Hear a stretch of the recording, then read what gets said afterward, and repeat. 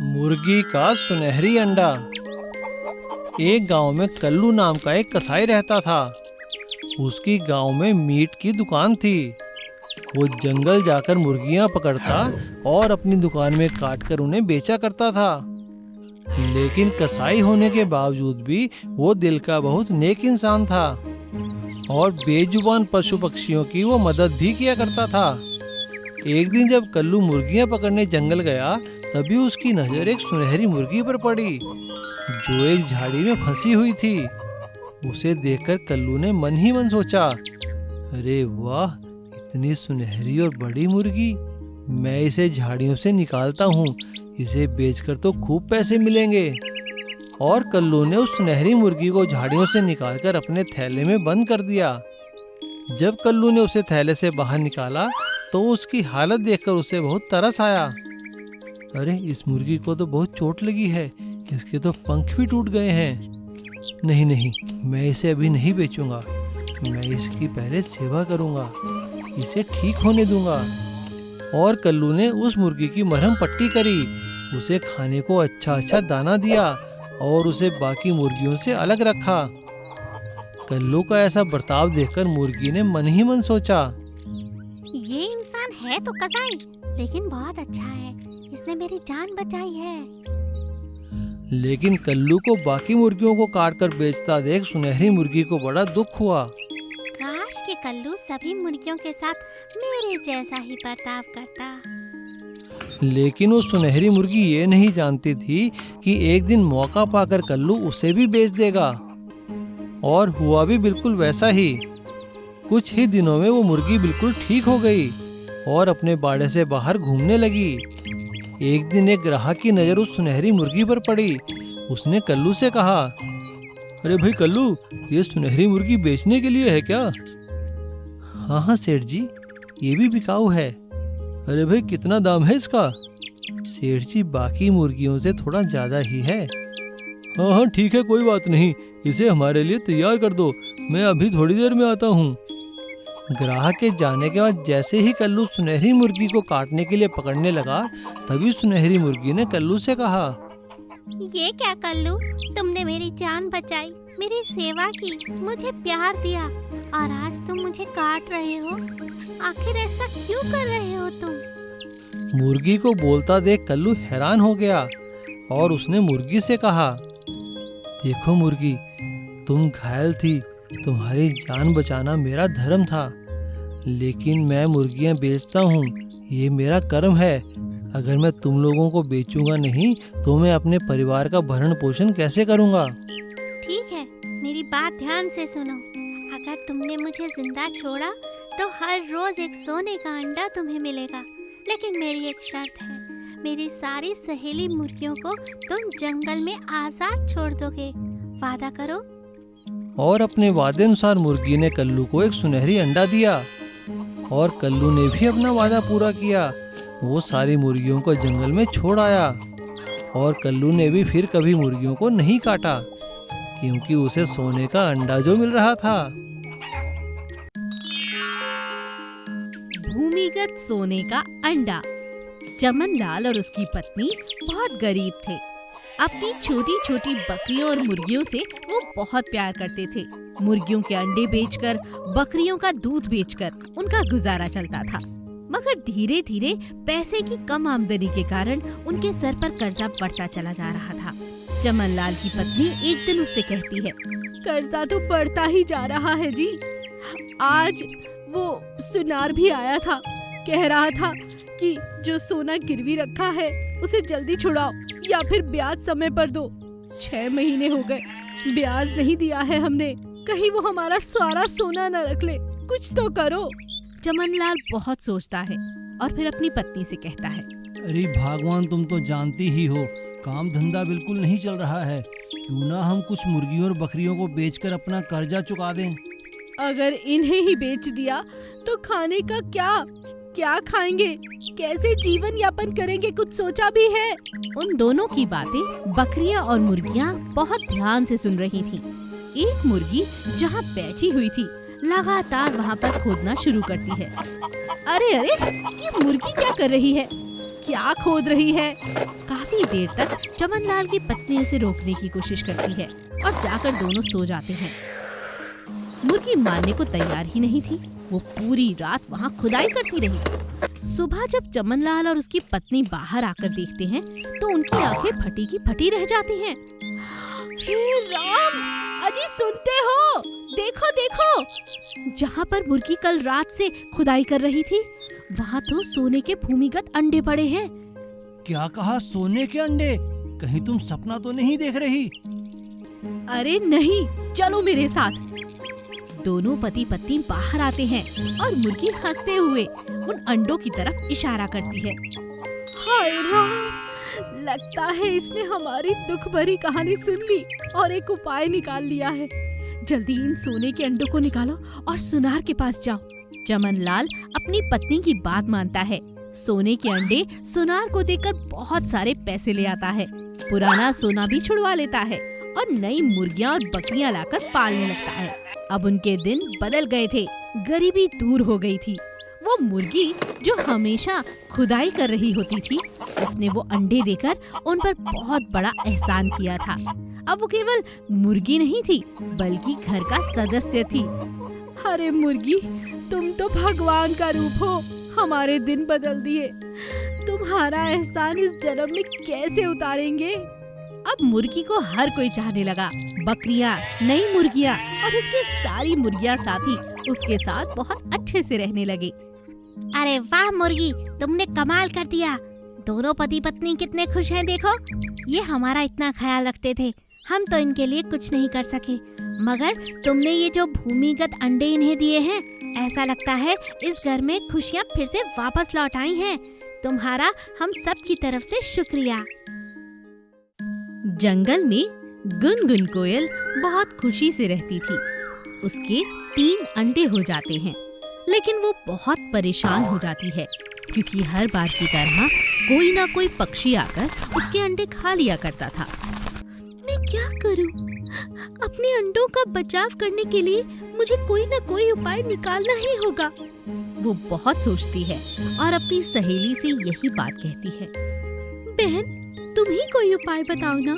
मुझे खाने के लिए बाहर निकलना ही होगा। सारा दिन मैं पेट पर नहीं रह सकती।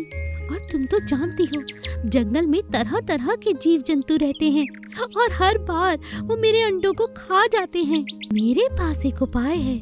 जो ऋषि जंगल में तपस्या कर रहे हैं वो बहुत मायावी है। अगर हम जाकर उनसे अपनी समस्या बताएंगे तो वो उसका समाधान जरूर निकालेंगे।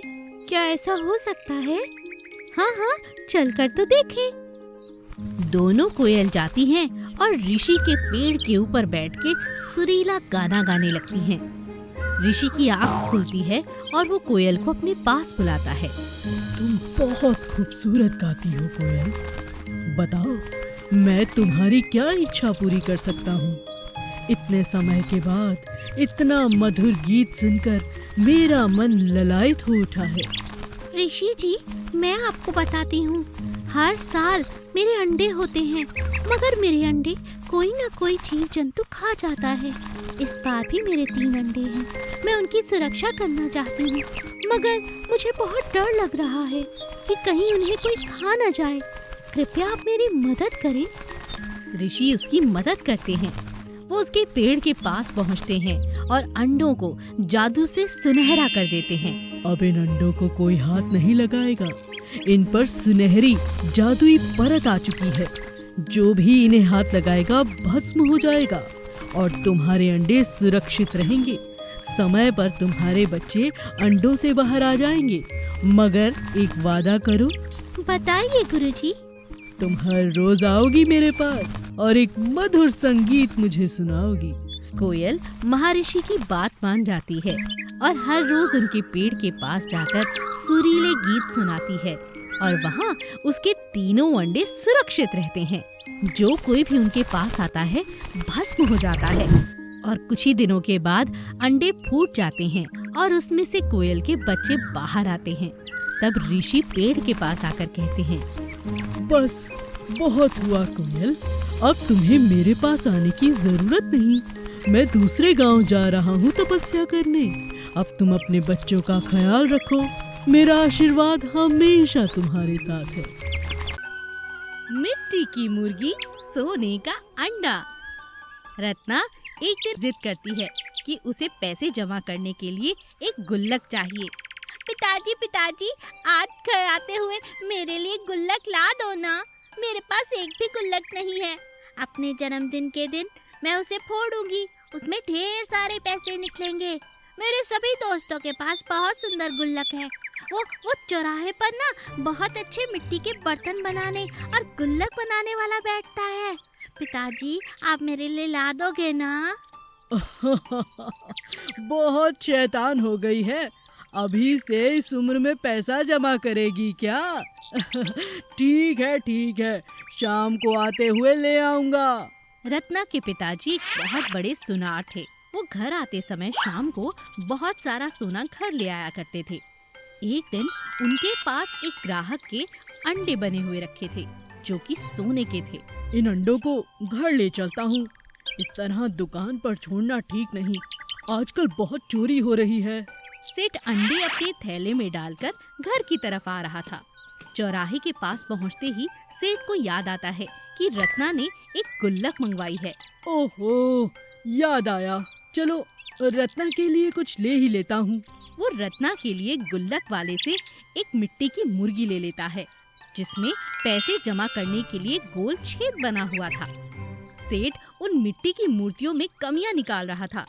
अरे कोई भी अच्छी नहीं है, इसकी नाक बड़ी है। अरे इसकी आँख तो बिल्कुल बेकार है। हाँ, ये ठीक लगती है। जब वो एक सही मुर्गी तलाश कर रहा था, अचानक उसके थैले से एक सोने का अंडा निकलकर मिट्टी की मुर्गी के अंदर चला जाता है। सेठ को इस बात का पता भी नहीं चलता और वो मिट्टी की मुर्गी उठाकर पैसे देकर अपने घर की तरफ चला जाता है। अरे पिताजी मेरे लिए ले आए, पिताजी मेरे लिए ले आए छोटी सी प्यारी सी गुल्लक। रत्ना गुल्लक को पाकर बहुत खुश थी, लेकिन अगले दिन जब सेठ ने अंडों को गिना तो उसे एक अंडा कम मिला। हाय राम, मैं ग्राहक को क्या जवाब दूंगा? मेरा अंडा कहाँ गया? सेठ पूरे घर में तलाश करता है। तभी सेठ को याद आता है कि कल वापसी में लौटते हुए उसने गुल्लक खरीदी थी। वो फटाफट जाकर रत्ना की गुल्लक को देखते हैं। अरे रत्ना, बेटा जरा अपनी गुल्लक तो देना। जल्दबाजी में गुल्लक नीचे गिर जाती है और फूट जाती है। रत्ना जोर जोर से रोने लगती है। मेरी गुल्लक, पिताजी ने मेरी गुल्लक तोड़ दी। अरे रत्ना, चुप हो जा बेटा। सेठ खुश हो जाता है क्योंकि गुल्लक के अंदर उसे सोने का अंडा मिल जाता है। शुक्र है भगवान का, नहीं तो आज मेरी जान नहीं बचती बेटा। चल, मैं तुझे अभी एक नहीं 2 गुल्लक खरीद कर दूंगा। हाँ चल चल। पक्का? हाँ बेटा, चलो। रत्ना अपने पिता के साथ गुल्लक की दुकान पर जाती है और 2 मिट्टी की फिर से गुल्लक ले आती है और अपने पिता से कहती है, क्या ये वाली गुल्लक भी सोने का अंडा देगी पिताजी? रत्ना की बातें सुनकर उसके माता पिता जोर जोर से हंसने लगते हैं। चांद नगर में सोनी और मोनी नाम की 2 सहेलियां रहती थीं। वो दोनों बहुत शैतान थीं और चोरी करने में माहिर थीं। सोनी और मोनी अगर किसी के यहाँ चोरी करने का सोच लेती तो चोरी किए बिना रुकती ही नहीं। उन दोनों की चोरी के कारण सभी चांद नगर वाले बहुत परेशान थे। सोनी और मोनी सुनार की दुकान में सोने के अंडे रखे होने की खबर पाते ही चोरी करने के लिए मन बना बैठती हैं। मोनी, आज सोने के अंडे चोरी कर लेते हैं। हाँ ठीक है, बहुत दिनों से कुछ बड़ा माल हाथ नहीं लगा। दोनों दूर ही से सुनार को दुकान बंद करते देख रही थीं। अरे मंगरू, अच्छे से सभी खिड़की दरवाजे बंद कर ले। देखना कहीं सोनी और मोनी जगन सेठ के लिए बनाए सोने के अंडे चोरी करके ना ले जाएं। अरे फिक्र मत करो सेठ जी, मैंने सभी ताले लगा दिए हैं। लगा लो, सुनार कितने भी ताले लगा लो, आज तुम्हारे सोने के अंडे गायब होने वाले हैं। सोनी और मोनी ने मौका पाते ही सुनार की दुकान से सोने के अंडे चुरा लिए। दोनों जैसे ही अंडे चुराकर भागने लगी, अचानक पुलिस उनके पीछे पड़ गई।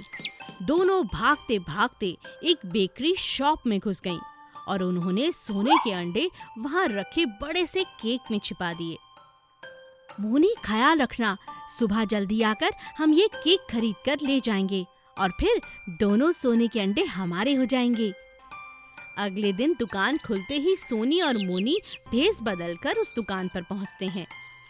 भाई साहब, यहाँ शाम को एक बड़ा सा केक रखा था, हमने सोचा उसे सुबह लेकर जाएंगे, वह दिखाई नहीं दे रहा। मैडम, वह केक तो जगन सेठ की बर्थडे पार्टी के लिए बना था और जगन सेठ उस केक को ले जा चुके हैं। अगर आप कहें तो आपके लिए वैसा ही नया केक बना दें। सोनी और मोनी हैरान और परेशान हो गईं। सोनी, चलो आज बर्थडे पार्टी अटेंड कर ली जाए और वहीं से मौका पाकर केक में से सोने के अंडे निकाल लेंगे। सोनी और मोनी भेस बदलकर सेठ की बर्थडे पार्टी में चली गईं और सोने के अंडे चुराने के लिए मौके की तलाश करने लगीं। लेकिन तभी पुलिस इंस्पेक्टर विक्रम ने उन्हें पहचान लिया और अपने सिपाहियों से उन्हें गिरफ्तार करने के लिए कहा। पकड़ लो इन दोनों को। अच्छा, तो सोनी मोनी, आज तुम्हारा यहाँ चोरी करने का इरादा था? सोनी विक्रम सिंह को सारी सच्चाई बता देती है। विक्रम सिंह केक में से अंडे निकालकर हंसते हुए कहता है, जगन सेठ, आज आपके जन्मदिन का केक कोई आम केक नहीं, सोने के अंडों वाला केक है।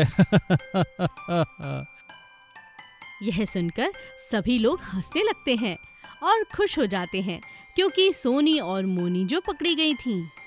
बत्तख के सोने के अंडे। धनिया एक मछुआरा था। वह रोज मछलियाँ पकड़ता और अपना गुजारा करता।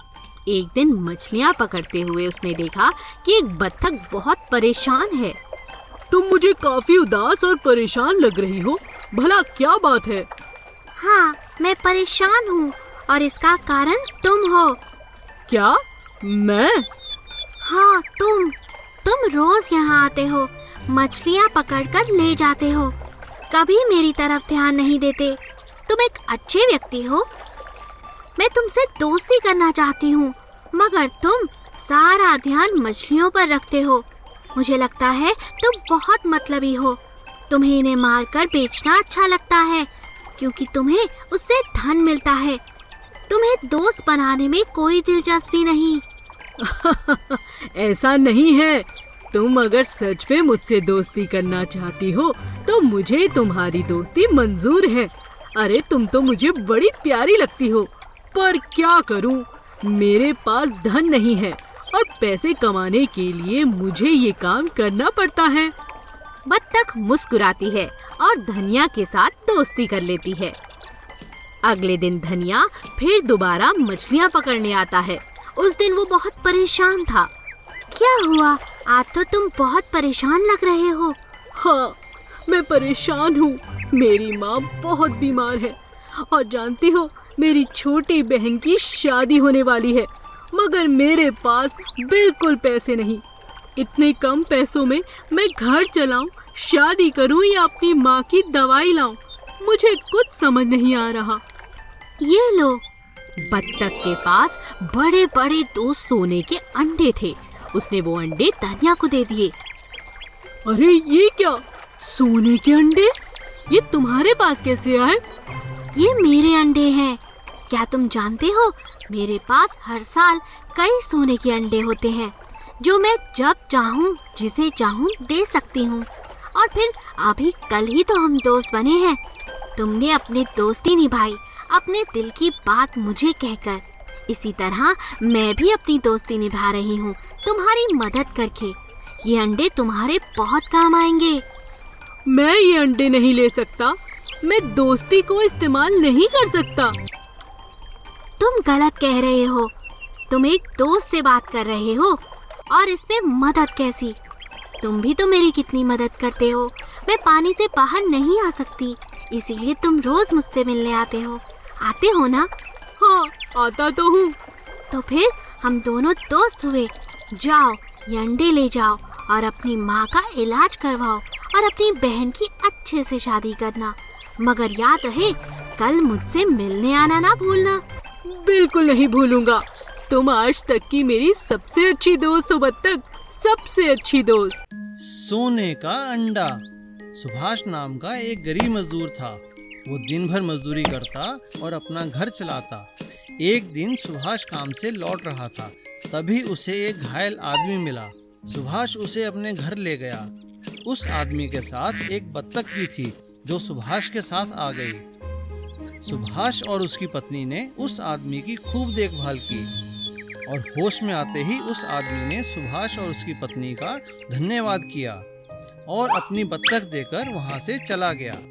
अगले दिन सुभाष की पत्नी ने देखा, अरे ये सोने का अंडा देती है, अब तो हम पैसे वाले हो जाएंगे। अरे अरे जल्दी आओ देखो। अरे वाह, सोने का अंडा। सुभाष ने अंडा लिया और सुनार को बेच दिया। अगले दिन फिर बत्तख सोने का अंडा दिया। अब हर सुबह सुभाष अंडा लेकर सुनार के पास जाता और उसे बेच देता। उन पैसों से जो चाहे वह करता। अब उसके पास एक बड़ा सा अच्छा घर था और हर सुविधा थी। सुभाष अब मजदूरी छोड़ चुका था और वह अब मजबूर जरूरतमंद लोगों को पैसे उधार देता था, लेकिन दुगने पैसे कमाता था। ये लो पैसे, तिजोरी में रख दो और मुझे हिसाब कर कर बताओ तिजोरी में कितने पैसे हैं। सुभाष की पत्नी सारा हिसाब उसे बताती है।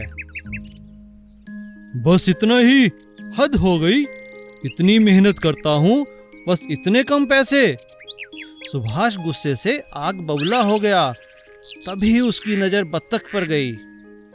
जरूर इसके पेट में अंडे छुपे हैं, आज सारे अंडे एक साथ निकाल देता हूँ। सुभाष ने बत्तख को मार दिया, मगर बत्तख के अंदर से कुछ नहीं निकला और सुभाष अपने लालच और गुस्से के कारण सब कुछ खो बैठा।